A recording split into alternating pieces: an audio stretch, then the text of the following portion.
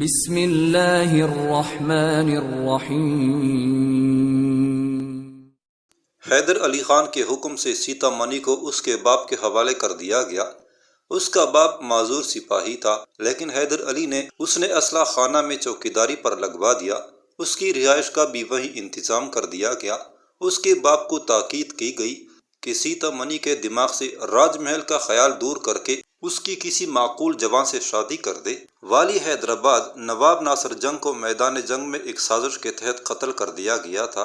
اس وقت حیدر علی خان نواب ناصر جنگ کی طرف سے والی ارکاٹ چندہ صاحب اور فرانسیسیوں کے مقابلے پر میدان جنگ میں موجود تھے، مگر نواب کے قتل ہونے سے حیدر آبادی فوجیں تتر بتر ہو گئیں اور چندہ صاحب پورے ارکاٹ پر دندناتا پھرتا تھا۔ اس وقت نواب والا جا قلعہ ترچنا پولی میں محصور ہو کر رہ گیا تھا۔ چندہ صاحب چاہتا تھا کہ جس طرح ناصر جنگ کا پتہ صاف ہوا ہے، اسی طرح والا جا محمد علی بھی راستے سے ہٹ جائے تو پھر اس کے لیے میدان بالکل صاف ہو جائے۔ اسی لیے اس نے فرانسیسیوں کی مدد سے ترچنا پولی کے قلعے کا محاصرہ کر لیا تھا اور والا جا محمد علی وہاں قید ہو کے رہ گیا تھا۔ حیدر علی خان فوجدار گنگارام کی بغاوت سے فارغ ہو کر ابھی سرنگا پٹنم ہی میں تھے کہ ان کے پاس قلعہ ترچنا پولی سے والی جا محمد علی کا ایک قاصد پہنچا۔ ہم پہلے بتا چکے ہیں کہ حیدر علی خان نے اپنے بال بچوں کو سرنگا پٹنم کے قریب دیورانی پیٹ میں ایک محافظ قلعہ نما حویلی میں رکھا تھا۔ حویلی کے گرد گہری خندق کھدی تھی اور حویلی کے برجوں پر توپیں نصب کر دی گئی تھی۔ والا جا محمد علی کا قاصد حیدر علی کی اسی رہائش گاہ پر ملاقات کے لیے پہنچا تھا۔ ریاست میسور کے کرتا درتا وزیر نندراج اور دیوراج تھے، مگر اب یہ راز کھلتا جا رہا تھا کہ ریاست میسور کی پشت پر وہ مضبوط فوج ہے جس کا سپہ سالار حیدر علی خان اور اس کے دوسرے بھائی بند ہیں۔ والا جاہ نے اپنے قاصد کو راجہ یا وزیر برادران کے پاس بھیجنے کے بجائے حیدر علی خان کے پاس بھیجا تھا۔ ان دنوں حیدر علی اپنے بال بچوں میں چند دن گزارنے کے لیے وہاں ٹھہرے ہوئے تھے کہ والا جاہ کا قاصد پہنچ گیا۔ آقا، والا جاہ محمد علی نے میسور کے سپہ سالار کو سلام شوق بھیجا ہے۔ والا جاہ کے قاصد نے کمال ادب سے کہا، سلام پہنچا، جواب میں ہمارا سلام پہنچایا جائے۔ حیدر علی خان نے خالص سپاہیانہ اور کرے انداز میں جواب دیا۔ قاصد کا خیال تھا کہ حیدر علی خان اسے پوچھیں گے کہ اس کے آنے کا سبب کیا ہے، مگر حیدر علی 2 جملوں میں جواب دے کر خاموش ہو گئے تھے۔ قاصد کو بڑی مایوسی ہوئی، وہ تھوڑی دیر سوچتا رہا، پھر الفاظ تولتے ہوئے بولا، سپہ سالار میسور کو معلوم تو ہوگا کہ والا جاہ آج کل قلعہ ترچنا پولی میں بہت تکلیف کے دن گزار رہے ہیں۔ معلوم ہے اور یہ بھی معلوم ہے کہ حسین دوست چندہ صاحب فرانسیسی لشکر کے ساتھ ترچنا پولی کا محاصرہ کیے ہوئے ہے۔ حیدر علی کا لہجہ اب بھی کھردرا تھا۔ آپ کو تو سب معلوم ہے سپہ سالار۔ قاصد نے شاید حیدر علی کی معلومات کی تعریف کی یا پھر خوشامد کا اظہار کیا۔ اے والا جاہی قاصد، حیدر علی کا لہجہ ناصحانہ ہو گیا۔ کسی ریاست کے سپہ سالار کے لیے ضروری ہے کہ وہ قرب جوار کے حالات پر نظر رکھے۔ اگر اس میں اتنی اہلیت نہیں تو اسے ایسی ذمہ دارانہ ملازمت سے مستعفی ہو جانا چاہیے۔ یہاں اس بات کا اظہار بھی ضروری ہے کہ حیدر علی خان ان پڑھ ہونے کے باوجود بلا کا ذہین تھا۔ اس نے اپنے طور پر ریاست کے مختلف شعبوں کا انتظام سنبھال لیا تھا اور ایک ایک بات پر نظر رکھتا تھا۔ امور حکومت میں وہ بڑا دیانتدار اور چوکس تھا۔ اس نے میسور اور میسور کے ارد گرد کے علاقوں، ریاستوں، قصبوں اور شہروں میں اپنے جاسوس اور پرچہ نویس مقرر کر دیے تھے جو اسے ہر اہم خبر سے باخبر رکھتے تھے۔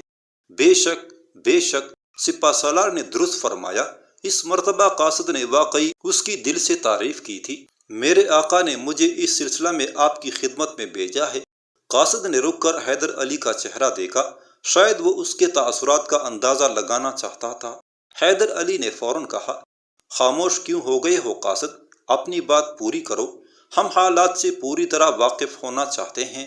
قاصد نے کہنا شروع کیا، آقائے محترم نے ریاست میسور سے درخواست کی ہے کہ وہ اپنی فوجی طاقت سے ان کے دشمنوں کو شکست دیں۔ چندہ صاحب کا دماغ صحیح کرنے اور ترچنا پولی کا قلعہ اور اس سے ملحقہ علاقے اس دوستی اور خدمت کے صلے کے طور پر ریاست میسور کی تحویل میں دے دیے جائیں گے۔ بڑی اچھی پیشکش تھی۔ حیدر علی دل میں بہت خوش ہوئے۔ انہوں نے کہا، ہم والا جاہ کی اس پیشکش کے بارے میں وزیر برادران سے گفتگو کریں گے۔ قاصد کو کل تک اس کا جواب مل سکتا ہے، اس وقت تک وہ ہمارے مہمان رہیں گے۔ قاصد کو امید ہو گئی وہ ایک دن ٹھہرنے کے لیے تیار ہو گیا۔ اسے فوراً مہمان خانے میں پہنچا دیا گیا۔ حیدر علی نے اس وقت وزیر برادران نندراج اور دیوراج کو اپنا ہرکارہ بیچ کر بلوا لیا۔ اس نے جب ان سے والاجا کی پیشکش کی تفصیل بیان کی تو ان کی بانچیں کھل گئی۔ قلعہ ترچنا پولی پر ایک زمانہ سے ان کی نظریں لگی ہوئی تھی۔ نندراج نے انکسار سے کام لیتے ہوئے کہا، حیدر علی خان، اب تم ریاست کے ملازم نہیں بلکہ ہم سب کے مربی اور دوست ہو۔ فوجی طاقت کا ہم سے زیادہ تمہیں اندازہ ہے۔ اس طرح کے معاملات اور فیصلے تم خود ہی کر لیا کرو، ہماری رائے لینے کی ضرورت نہیں۔ حیدر علی اس مقام پر پہنچ چکے تھے کہ وہ یہی معاملہ نہیں بلکہ ریاست کے تمام معاملات میں تقریباً خود مختار تھے، لیکن وہ مصلحتاً اور دور اندیشی کے پیش نظر وزیر برادران کو آگے آگے رکھتے تھے۔ راجہ کرشن اڈیر نہیں چاہتا تھا کہ میسوری فوجیں سرنگا پٹنم سے باہر نکلیں، کیونکہ ایک طرف سے مرہٹے میسور پر دانت لگائے بیٹھے تھے اور دوسری طرف نظام حیدر آباد بھی میسور پر نظر رکھے ہوئے تھے۔ راجہ میسور کا خیال درست تھا، مگر حیدر علی خان اور وزیر برادران کے سامنے ان کی ایک نہ چلتی تھی۔ حیدر علی نے قاصد کو یہ کہہ کر ترچنا پولی واپس کر دیا کہ وہ میسوری فوج کے ساتھ والاجا کی مدد کو پہنچ رہا ہے۔ راجہ میسور کرشن اڈیر کو حیدر علی سے بات کرنے کی ہمت ہی نہ پڑی اور میسوری فوجیں حیدر علی خان اور نندراج کی سرکردگی میں ترچنا پولی کی طرف روانہ ہو گئیں۔ حیدر علی خان نے جب حسب روایت ترچنا پولی میں بھی اپنی بہادری کے جوہر دکھائے، ان کا سب سے کامیاب حربہ شبخون ہوا کرتا تھا۔ چنانچہ وہ ہر رات ترچنا پولی کو گھیرنے والی چندا صاحب اور فرانسیسی فوجوں پر شبخون مارتے اور جو کچھ ہاتھ لگتا وہ سمیٹ کر لے جاتے۔ حیدر علی خان کے شبخون اس قدر طوفانی ہوتے کہ دن میں قلعہ سے 20 میل دور رہتے، مگر رات ہوتی ہی ان کے تیز رفتار سوار 20 میل کا یہ فاصلہ گھنٹوں میں طے کر کے آندھی و طوفان کی طرح دشمن پر حملہ کرتے۔ حملہ آور ہاتھوں میں جلتی ہوئی مشعلیں لیے دشمن کی فوج کے ایک طرف سے داخل ہوتے اور دوسرے سرے سے مارتے کاٹتے نکل جاتے، ساتھ ہی جو کچھ ان کے ہاتھ لگتا اٹھا لے جاتے۔ حیدر علی کے ان طوفانی شبخونوں کی بارش نے محاصرہ کرنے والوں کی کمر توڑ کے رکھ دی۔ اس کے نتیجے میں فرانسیسیوں کی کئی توپیں حیدر علی کے ہاتھ لگیں اور وہ اسے گھسیٹ کر لے گئے۔ انہی شبخونوں کے دوران ایک رات چندا صاحب مارا گیا اور اس کے قتل ہوتے ہی فرانسیسی بھی بھاگ نکلے۔ حیدر علی خان کی یہ ایک بڑی کامیابی تھی، لیکن قسمت ساتھ نہ دے تو انسان کیسا مجبور ہو جاتا ہے۔ حیدر علی نے والاجا کی عملی مدد کی، اس کا محاصرہ ختم کرایا، لیکن سب سے بڑا دشمن چندا صاحب مارا گیا، مگر اس احسان فراموش نے ترچنا پولی پر قبضہ دینے سے صاف انکار کر دیا۔ نندراج اور حیدر علی کو اس کا افسوس تو ہوا ہی، ساتھ ہی میسوری فوجوں میں بددلی پھیل گئی۔ اس حملہ کے لیے میسور کے خزانے سے ایک باری رقم نکالی گئی تھی۔ خیال یہ تھا کہ یہ نقصان قلعہ ترچنا پولی اور اس کے مضافات پر قبضہ کرنے سے پورا ہو جائے گا، لیکن الٹا لینے کے دینے پڑ گئے۔ حیدر علی نے مجبوراً قلعہ ترچنا پولی کا محاصرہ کر لیا۔ نواب والاجا کو اس سے کوئی فرق نہ پڑا۔ پہلے وہ چندا صاحب اور فرانسیسیوں سے مدافعت کر رہا تھا، اب اس نے حیدر علی سے مدافعت شروع کر دی۔ حیدر علی خان نے جلا کے کئی شدید حملے کیے۔ وہ اپنے ساتھ قلعہ شکن اور فصیل شکن آلات بھی نہ لایا تھا۔ وہ تو نواب کو محاصرے سے نجات دلانے آیا تھا اور اب خود اسے محاصرہ کرنا پڑا تھا۔ حیدر علی خان بڑے عزم اور حوصلے کا انسان تھا۔ اس نے ہمت نہ ہاری اور قلعے پر دباؤ بڑھاتا رہا۔ محاصرہ اتنا سخت کر دیا کہ باہر سے قلعے کے اندر پرندہ بھی نہ جا سکتا تھا۔ ترچنا پولی بہت دنوں سے محاصرے کی حالت میں تھا۔ پہلے فرانسیسیوں اور چندا صاحب نے محاصرہ کیا اور اب حیدر علی خان کا سخت محاصرہ تھا۔ نتیجہ یہ ہوا کہ قلعے کے اندر سامان رسد کی کمی واقع ہوئی۔ نواب والاجا پریشان ہو گیا اور اس نے محسوس کر لیا کہ حیدر علی بغیر قلعہ پر قبضہ کیے جان نہ چھوڑے گا۔ آخر اس نے حیدر علی خان کے پاس سفارت بھیجی اور درخواست کی کہ والاجا کو مع فوج اور سامان کے قلعے سے نکل جانے دیا جائے تو وہ قلعہ کی چابیاں حوالے کر دے گا۔ اس سفارت سے حیدر علی کے لشکر میں خوشی کی لہر دوڑ گئی۔ ترچنا پولی کی جنگ اور اس محاصرے میں میسور کا سارا خزانہ خالی ہو گیا تھا۔ قلعہ پر قبضے کی امید پیدا ہوئی تو حیدر علی خان کے لشکریوں کے چہرے کھل اٹھے، مگر یہاں بھی ایک سازش اٹھ کھڑی ہوئی۔ نندراج سرنگا پٹنم سے چلا تھا تو اس کے ساتھ درجن بھر سے زیادہ بڑے بڑے تلک دھاری پنڈت ہو گئے تھے۔ یہ پنڈت شمالی ہند سے آئے تھے۔ راج محل میں ہر وقت دونی رمائے بیٹھے رہتے تھے۔ مہاراجہ کرشن اڈیر ویسے ہی ایک وہمی انسان تھا۔ اسے ہر وقت یہ دڑکا لگا رہتا تھا کہ کوئی اسے زہر نہ دے دے۔ ان پنڈتوں نے شکر پر جنتر منتر پڑھ کر راجا کے حوالے کر دی تھی اور اسے تاکید کی تھی کہ کھانا کھانے کے وقت وہ ایک چٹکی شکر کھانے میں ڈال دیا کرے، شکر کی برکت سے زہر اس پر اثر نہ کرے گا۔ اس طرح کے شعبدے دکھا کر انہوں نے راج محل پر قبضہ جما لیا تھا۔ مہاراجا، تمام رانیاں اور محل کے تمام چھوٹے بڑے ان کے اشاروں پر چلتے تھے۔ مہاراجا کرشن اڈیر نے پنڈتوں کو اپنا ہمدرد دیکھا تو ان سے اپنا دکھڑا کہہ بیٹھا اور ان سے کہا کہ وہ کوئی ایسا اپائے کریں کہ وزیر برادران کا خاتمہ ہو جائے اور لگے ہاتھوں حیدر علی کا کانٹا بھی نکل جائے۔ پھر جب نندراج اور حیدر علی خان لشکر لے کر ترچنا پولی روانہ ہونے لگے تو ان پنڈتوں نے راجا کرشن اڈیر اور رانیوں سے سفارش کرائی کہ گیانی دیانی پنڈتوں کو نندراج اپنے ساتھ ترچنا پولی کے محاذ پر لے جائے تاکہ ان کے اشلوکوں اور عبادت و ریاضت سے میسور کی فوجوں کو فتح حاصل ہو۔ نندراج دھرم کے مقابلے میں پنڈتوں کا بہت قائل تھا۔ اکثر حملوں کے وقت اس نے پنڈتوں اور جوتشیوں سے شبھ گھڑی نکلوائی تھی اور اتفاق سے اسے کامیابی بھی حاصل ہوئی تھی۔ جب سے وہ ان کا اور زیادہ قائل ہو گیا تھا، مہاراجا کرشن اڈیر نے پنڈتوں کی سفارش کی تو نندراج کی جیسے مراد بر آئی۔ حیدر علی خان کی وجہ سے وہ پنڈتوں اور جوتشیوں کو جنگ پر لے جانا چھوڑ چکا تھا، کیونکہ حیدر علی اس طرح دکھاوے والے جٹھا داری پنڈت پسند نہ کرتا تھا۔ اب جو مہاراجا نے سفارش کی اور حیدر علی خان نے نندراج کو بھی نیم رضا دیکھا تو وہ خاموش ہو گئے۔ پنڈتوں کو ساتھ جانے کی اجازت مل گئی اور پنڈتوں کی یہ پلٹن راستے بھر گاتی بجاتی ترچنا پولی پہنچی۔ قلعے کے محاصرے کے بعد پنڈتوں نے پیشن گوئی کی کہ قلعہ شام تک فتح ہو جائے گا، مگر ایک کیا کتنی ہی شامیں گزر گئیں اور قلعہ فتح نہ ہوا۔ مگر پنڈتوں کی زبان پر صرف ایک ہی کلمہ تھا اور وہ کلمہ تھا شام تک قلعہ فتح ہو جائے گا۔ حیدر علی خان جب ان کی بکواس سنتے سنتے تنگ آ گئے تو انہوں نے نندراج سے صاف کہہ دیا کہ اگر ان پنڈتوں نے فضول باتیں بند نہ کی تو وہ قتل کرا دیے جائیں گے۔ ان کی موجودگی سے لشکر میں بددلی پھیل رہی ہے۔ نندراج تو پنڈتوں کی مٹھی میں تھا اور وہ انہیں بھگوان سمجھ بیٹھا تھا۔ اس نے حیدر علی خان کی خوشامد درآمد کر کے اسے اس ارادے سے باز رکھا، ورنہ انہیں تو ان کمبختوں پر سخت غصہ آ گیا تھا۔ پھر وہ دن آیا جب نواب والاجا نے سفارت بھیجی اور قلعہ حوالے کرنے کی شرطیں پیش ہوئیں۔ نندراج اور حیدر علی خان میں ان شرطوں پر گفتگو ہوئی اور انہوں نے یہی بہتر خیال کیا کہ والاجا کو مع ساز و سامان کے قلعے سے نکل جانے دیا جائے۔ اس طرح قلعہ ہاتھ آ جائے گا اور میسور والوں کے سامنے بات بھی رہ جائے گی۔ نندراج گفتگو کے بعد خوشی خوشی اپنے خیمے میں جا رہا تھا کہ راستے میں اسے پنڈتوں نے گھیر لیا۔ کیا فیصلہ کیا ہے تم نے مہا منتری؟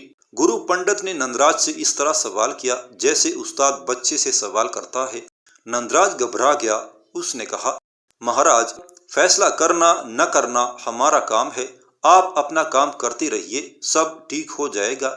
ٹھیک کیا ہو جائے گا؟ آخر ہم لوگ تمہارے ساتھ کیوں آئے ہیں؟ گرو پنڈت نے اکڑ کر کہا، نیک کام کے لیے نیک آدمیوں کا ساتھ رہنا اچھا ہوتا ہے، اس لیے ہم آپ کو اپنے ساتھ لائے ہیں۔ نندراج نے انہیں ادب سے سمجھایا، اس کا مطلب ہے ہماری کوئی عزت ہی نہیں، نہ کوئی صلاح نہ مشورہ، تم نے اور اس مسلح نے خود ہی سب کچھ طے کر لیا۔ پنڈت نے اس طرح آنکھیں دکھائیں جیسے نندراج اس کا ملازم ہو۔ آخر آپ چاہتے کیا ہیں؟ نندراج نے بات کو ختم کرنے کے لیے کہا، ہم چاہتے ہیں کہ ہمارے بنا کوئی فیصلہ نہ کیا جائے۔ گرو پنڈت نے اپنا فیصلہ سنا دیا۔ آخر کیوں؟ جنگ کی حکمت عملی ہم بناتے ہیں، جنگ ختم بھی ہم نے کی ہے، آپ کا کام صرف پرارتھنا کرنا ہے، وہ آپ کرتے رہیے۔ نندراج سخت لہجے میں جواب دے کر آگے بڑھا، نہیں مہا منتری، یہ نہیں ہو سکتا۔ گرو پنڈت راستہ روک کے کھڑا ہو گیا، آپ جنگ کیسے روک سکتے ہیں؟ ستاروں سے باتیں ہماری ہوتی ہیں، آکاش کا حال ہم جانتے ہیں، تمہیں کیا معلوم کہ اوپر کیا فیصلہ ہوا ہے؟ اوپر؟ نندراج کو سخت تاؤ آ گیا، اوپر سے تمہارا کیا مطلب ہے؟ دیکھو نندراج، اس دنیا کا کاروبار یوں ہی نہیں چلتا، اس کا چلانے والا اوپر رہتا ہے، اس کے بنا پتا بھی نہیں ہل سکتا، تم اوپر والے کی مرضی کے بغیر کچھ نہیں کر سکتے۔ گرو پنڈت نے کچھ اس ڈرامائی انداز میں ہاتھوں کو اوپر نیچے کیا کہ نندراج روب میں آ گیا۔ یہ تو میں بھی جانتا ہوں، مگر اوپر والا کیا چاہتا ہے؟ نندراج لہجے میں ٹھہراؤ پیدا کرتے ہوئے بولا، اوپر والا کہتا ہے کہ قلعہ ترچنا پولی کی چابیاں نہ لی جائیں۔ گرو پنڈت نے بے دھڑک کٹاک سے کہہ دیا، کیا کہا؟ نندراج کو پھر غصہ آ گیا، چابیاں کیوں نہ لی جائیں؟